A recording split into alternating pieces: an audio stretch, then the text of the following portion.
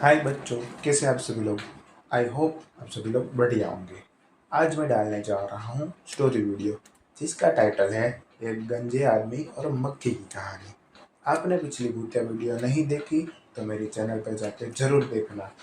तो चलिए स्टोरी को स्टार्ट करते हैं।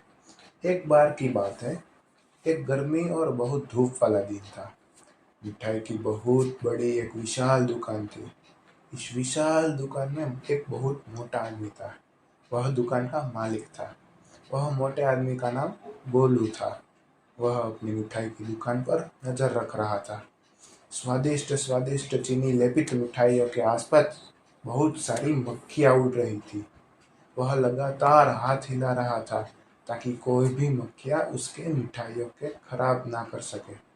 गोलू बोला, अगर ये मिठाइयाँ खराब हो गई तो कोई इन्हें नहीं खरीदेगा। उसने मन ही मन सोचा। तब तक एक दुष्ट मक्खी आ गई और उसके गंजे सिर पर बैठ गई। उस दुष्ट मक्खी ने उसके गंजे सिर पर बहुत जोर से काट लिया। मक्खी को मारने के लिए उसने अपना सिर पीट लिया। मक्खी जल्दी से उसके गंजे सिर पर से हट गई और उसका मजाक उड़ाने लगी।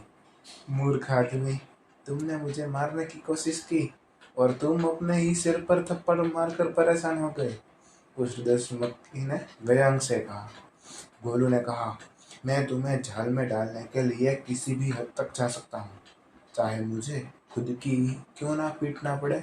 इतना प्रयास तो मैं अपनी मिठाइयों के लिए कर ही सकता हूँ। तो कहानी का तात्पर्य यह है बच्चों, हमें अपने आप को तभी नुकसान पहुंचाते हैं जब हम अपने निराधार दुश्मन को मारने की कोशिश करते हैं। तो मेरी आज की ये स्टोरी वीडियो आपको कैसी लगी कमेंट में ज़रूर बताना और वीडियो को लाइक शेयर और कमेंट ज़रूर करना। एंड मैं एक नई स्टोरी वीडियो जल्द ही आपके लिए लेकर आऊँगा। और आपका टाइम देने के लिए बच्चों धन्यवाद, शुक्रिया। जय हिंद, जय भारत।